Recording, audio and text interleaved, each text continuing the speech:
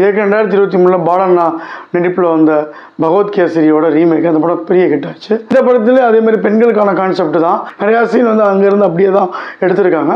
அவர் எலெக்ஷனில் நின்னதுனால அதுக்கேற்ற மாதிரி மானத்தேனே பொன்மானே, அவர் பேர் வந்து டிவிகே தளபதி வெற்றி கொண்டான் அவர் பேர்.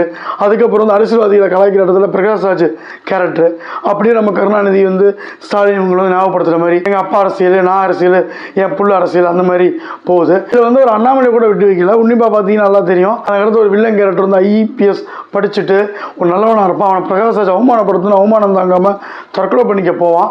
அதுக்கப்புறம் அண்ணியின் மாதிரி ஏதோ கொலாப்ஸ்லாம் ஆகி திரும்ப வந்து அவன் பார்த்தீங்கன்னா வந்து நம்ம வந்து இங்கே ஒரு வழி போகணும், அதிகாரம் தான் கைக்கு வேணும்னு சொல்லி மக்களை வந்து பிளவுபடுத்துகிற அந்த மதம் சாதி இதை கையில் எடுத்து பண்ணுறதா கொண்டு போயிருப்பாங்க. இதில் IPS அந்த ஒரு குறியீடெல்லாம் வந்து அண்ணாமலை ஞாபகப்படுத்து அவர் வந்து ஒரு ஏதோ அவமானப்பட்ட மாதிரியும் அவர் வந்து திருத்துறதுக்கு வந்த மாதிரியும் காமிச்சிடுறாங்க.